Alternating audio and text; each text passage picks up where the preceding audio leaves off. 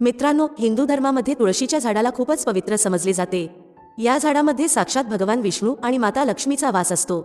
भगवान विष्णू तुळशीपत्राशिवाय कोणत्याही प्रसादाचा स्वीकार करत नाहीत। तुळशीला विष्णुप्रिया सुद्धा म्हटले जाते आणि म्हणूनच जो कोणीही तुळशी मातेची पूजा करतो तो कधीच दारिद्र्य राहत नाही, तो कधीच गरीब राहत नाही। असा मनुष्य एखादं घोर पाप करूनही नरकामध्ये जात नाही। तुळशी मातेला फक्त जल अर्पण केल्यामुळे कोणते फळ मिळते हे आपण आज या कथेमार्फत जाणून घेऊया। एकदा देवी सत्यभामा भगवान श्रीकृष्णांना विचारते, हे स्वामी, तुम्ही तर तिन्ही लोकांचे स्वामी आहात, मग तरी सुद्धा तुम्ही या तुळशीच्या झाडाची पूजा का करता? तुळशीच्या झाडाला नित्यनेमाने तुम्ही जल अर्पण का करता? या झाडाला जल अर्पण करण्याचं महत्त्व मला जाणून घ्यायचं आहे। तेव्हा भगवान श्रीकृष्ण म्हणतात, हे देवी सत्यभामा, तुळस ही साक्षात लक्ष्मी मातेचे रूप आहे।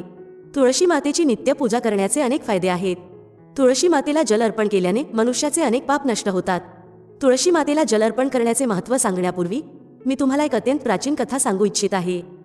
या कथेमार्फत तुम्हाला तुमच्या सर्व प्रश्नांची उत्तरे मिळतील आणि म्हणूनच तुम्ही या कथेला लक्ष देऊन ऐका। भगवान श्रीकृष्ण म्हणतात, हे देवी, जो मनुष्य या कथेचा फक्त श्रवण करेल त्याला 100 वर्षापर्यंत तुळशी मातेला जल अर्पण करण्याचं फळ प्राप्त होईल। देवी सत्यभामा म्हणते, हे प्रभू, मी या कथेला नक्कीच ऐकेल। तुम्ही मला ती कथा सांगा, मी या कथेला लक्ष देऊनही ऐकेन। तेव्हा भगवान श्रीकृष्ण देवी सत्यभामाला तुळशी मातेला जल अर्पण करण्याचे महत्त्व काय आहेत याबद्दल कथा सांगू लागतात। पुरातन काळातील गोष्ट आहे। एका नगरामध्ये एक ब्राह्मण राहत होता। तो ब्राह्मण तर होता, परंतु तो खूपच नीच स्वभावाने, क्रूर, मांस खाणारा, तसेच वेगवेगळे वाईट शोक पाळणारा होता। त्याचं मन नेहमीच वाईट कृत्य करण्यात तल्लीन असायचं। त्याला जुगाराचा, वेश्यांचा तसेच चोरी करण्याचा नाद होता। त्याने त्याच्या आयुष्यात कधीच कोणतेच पुण्यकर्म केले नाहीत, शास्त्रांचं कधी पठण केलं नाही, पूजा पाठ केली नाही। त्याचं मन नेहमी दुसऱ्याच्या धनावर असायचं। तो दिवसात धन कमवायचा आणि रात्री वेश्यांसोबत ते पैसे तो उडवायचा। अशा प्रकारे तो पापी ब्राह्मण त्याचं जीवन फक्त पाप करण्यात व्यतीत करत होता। त्याने कधीच त्याच्या मुखातून भगवान विष्णूचं नाव घेतलं नाही किंवा कधीच कुठल्या देवी देवतांची पूजा केली नाही। अशा प्रकारे पाप करत त्याला अनेक वर्ष निघून गेले। त्यानंतर तो ब्राह्मण काही खरेदी विक्री करण्यासाठी एका दुसऱ्या राज्यात जातो। त्या नगराजवळून नर्मदा नदी वाहत असते। त्या स्थानावर स्नान करण्यासाठी लांबून लोक यायचे। त्यानंतर तो ब्राह्मण त्याच नदीकिनारी असणाऱ्या एका आश्रमात थांबतो। त्या आश्रमामध्ये अनेक विद्वान ब्राह्मण देवाची पूजा अर्चना तसेच भगवान विष्णूची स्तुती करण्यात मग्न असायचे। तो पाखंडी ब्राह्मण सुद्धा नाटक करून त्यांच्यासोबतच थांबला। त्या विद्वान ब्राह्मणांसोबत थांबून त्याला सुद्धा श्रीहरी विष्णूचं नामस्मरण ऐकण्याची संधी मिळायची। तो त्या ठिकाणी 1 महिन्यापर्यंत थांबला। त्यानंतर तिथे जे काही लोक यायचे त्यांनी गोमातेचे पूजन करून तेथील ब्राह्मणांना भोजन दिले। तेव्हा त्यांच्यासोबत त्या पाखंडी ब्राह्मणाने सुद्धा भोजन केले आणि देवाचा प्रसाद ग्रहण केला। तिथेच त्या आश्रमामध्ये एक तुळशीचे झाड होतं। तो ब्राह्मण नकळतपणे त्या तुळशीच्या झाडाला रोज पाणी टाकायचा। त्याच्या मनात कोणत्याही प्रकारचा विचार नव्हता की तो काय करत आहे। तो रोज सकाळी उठून एका भांड्यामध्ये पाणी घेऊन तुळशीच्या झाडाला जल अर्पण करत असे। एके दिवशी तो त्या आश्रमात झोपला होता।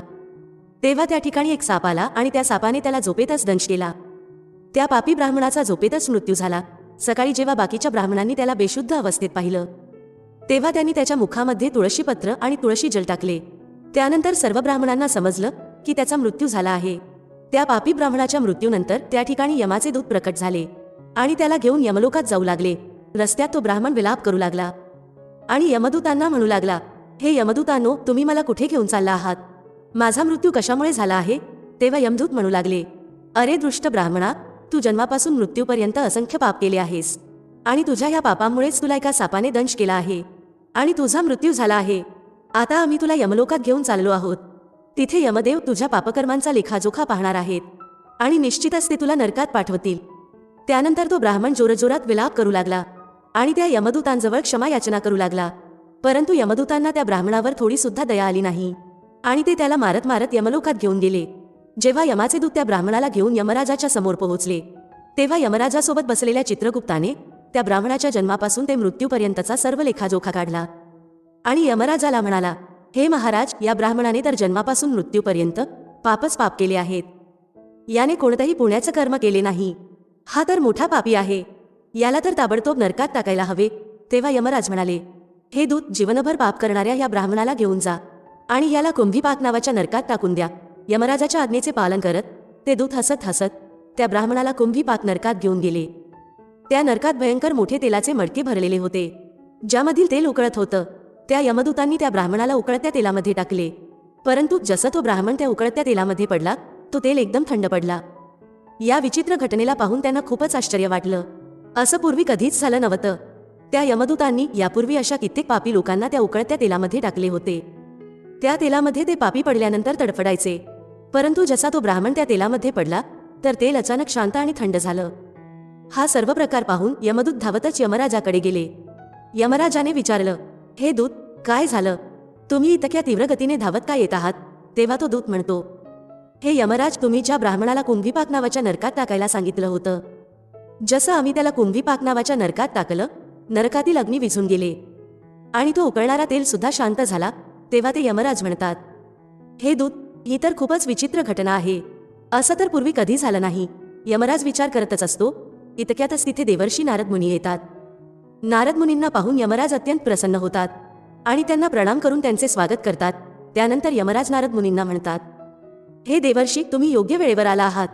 आम्ही आज एका अत्यंत पापी ब्राह्मणाला कुंभीपाक नावाचा नरकात टाकले आहे, परंतु जसा तो त्या तेलामध्ये पडला तो तेल शांत झाला आहे.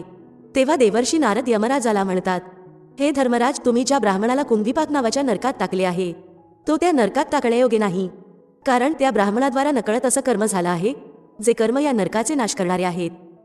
जो मनुष्य पुण्य करणाऱ्या लोकांसोबत राहतो त्याला त्यांच्या पुण्याचा भाग नक्कीच मिळतो. आणि हा ब्राह्मण तर पूर्ण 1 महिना भगवान विष्णूच्या भक्तांसोबत राहिला आहे. या ब्राह्मणाने आश्रमात राहून नित्यनेमाने तुळशी मातेला जल अर्पण केला आहे आणि म्हणूनच हा खूप मोठा पुण्यवान बनला आहे. याचे सर्व पाप नष्ट झाले आहेत. हा ब्राह्मण आता विष्णू लोकात जाण्यास पात्र ठरला आहे. या ब्राह्मणाने नकळतपणे इतकं पुण्य कमावले आहे जे पूर्ण जन्मात सुद्धा एखाद्या मनुष्याला प्राप्त होत नाही. आणि म्हणूनच तुम्ही याला नरकात ठेवू नका. या ब्राह्मणाने जे काही पाप केले आहेत त्यासाठी त्याला फक्त इतकाच दंड द्या की याला तुम्ही नरकाचे दर्शन घडवा. देवर्षी नारद मुनींचे म्हणणं ऐकून यमराज अत्यंत प्रसन्न होतात आणि त्या ब्राह्मणाला कुंभीपाक नरकातून काढून घेऊन येतात. आणि यमराज त्यांच्या दूतांना म्हणतात, हे दूत, या ब्राह्मण महात्माला घेऊन जा आणि सर्व नरकाचे दर्शन घडवून आणा. आणि त्यानंतर यमाचे दूत त्या ब्राह्मणाला घेऊन जातात आणि संपूर्ण नरकाचे दर्शन त्याला घडवून आणतात. भगवान श्रीकृष्ण म्हणतात, हे देवी सत्यभामा, अशा प्रकारे यमाचे दूत त्या ब्राह्मणाला संपूर्ण नरकाचे दर्शन घडवतात व त्यानंतर त्या ब्राह्मणाला यक्षलोकांमध्ये घेऊन जातात व त्यानंतर तो ब्राह्मण एक यक्ष बनतो. श्रीकृष्ण म्हणतात, हे देवी, वनस्पतींमध्ये मला तुळस प्रिय आहे, महिन्यांमध्ये मला कार्तिक मास प्रिय आहे, तिथीमध्ये मला एकादशी प्रिय आहे आणि क्षेत्रांमध्ये मला द्वारका प्रिय आहे. आणि म्हणूनच जो मनुष्य नित्यनेमाने तुळशी मातेची पूजा करतो, तुळशी मातेला जल अर्पण करतो, तो मला सर्वात जास्त प्रिय आहे. त्या मनुष्याची कधीच दुर्गती होत नाही, तो कधीच नरकात जात नाही. ज्या घरामध्ये तुळशीचं झाड नेहमीच हिरवं असतं अशा घरांमध्ये नेहमीच सुख, शांती आणि समृद्धी टिकून राहते. भगवान विष्णूच्या पूजेमध्ये आणि त्यांना चढवल्या जाणाऱ्या प्रसादामध्ये तुळशीपत्र अवश्य असायला हवं, कारण तुळशीपत्राशिवाय भगवान विष्णू कोणत्याही प्रकारचा प्रसाद स्वीकार करत नाहीत. आणि म्हणूनच प्रत्येक घरामध्ये तुळशीचे झाड असायला हवं.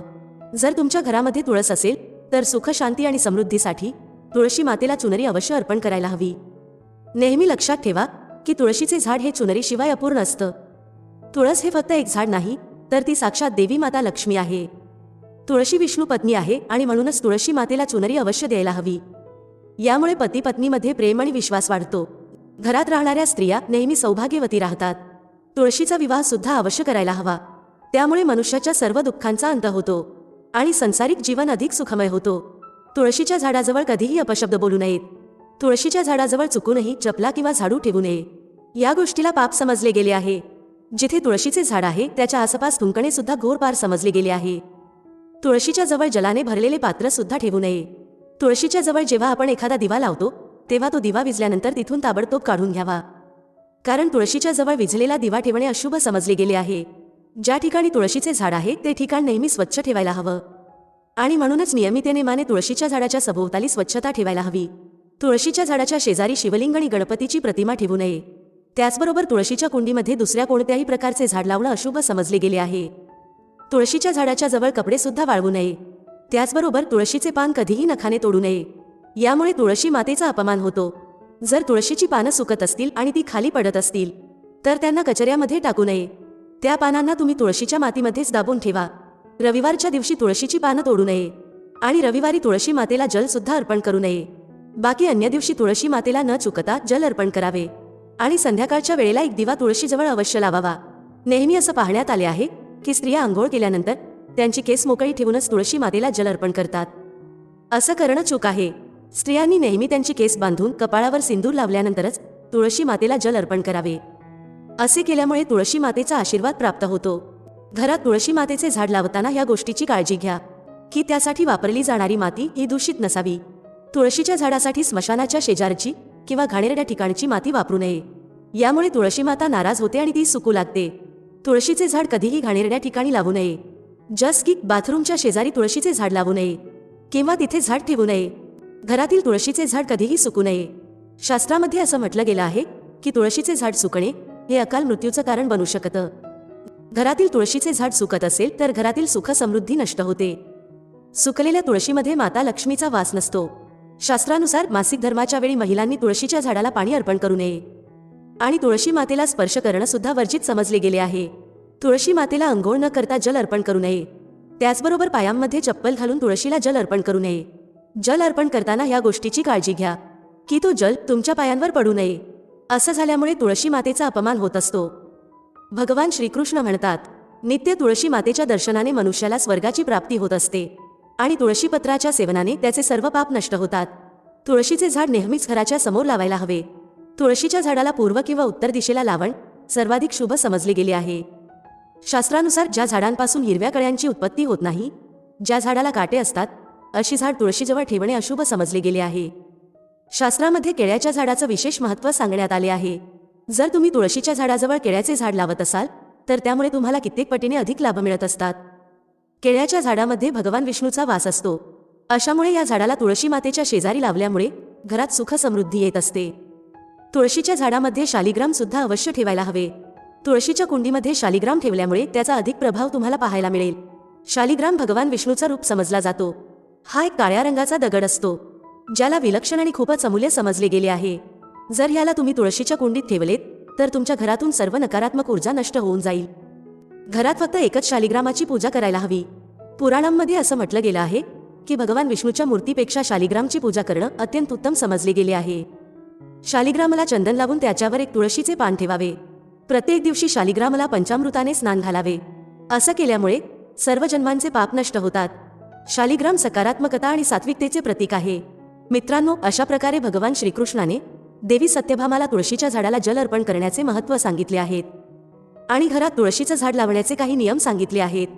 तुम्हाला जर या व्हिडिओमध्ये सांगितलेली माहिती आवडली असेल तर व्हिडिओला लाईक करायला विसरू नका. भेटूया पुढच्या अशाच एका माहितीपूर्ण व्हिडिओमध्ये एका नवीन चर्चेसह. तुम्हा सर्वांचे मनःपूर्वक आभार. ओम नमः शिवाय. श्री स्वामी समर्थ. जय श्री राम. जय श्री हनुमान. जय श्री कृष्ण. जय माता लक्ष्मी. ओम नमो नारायणाय.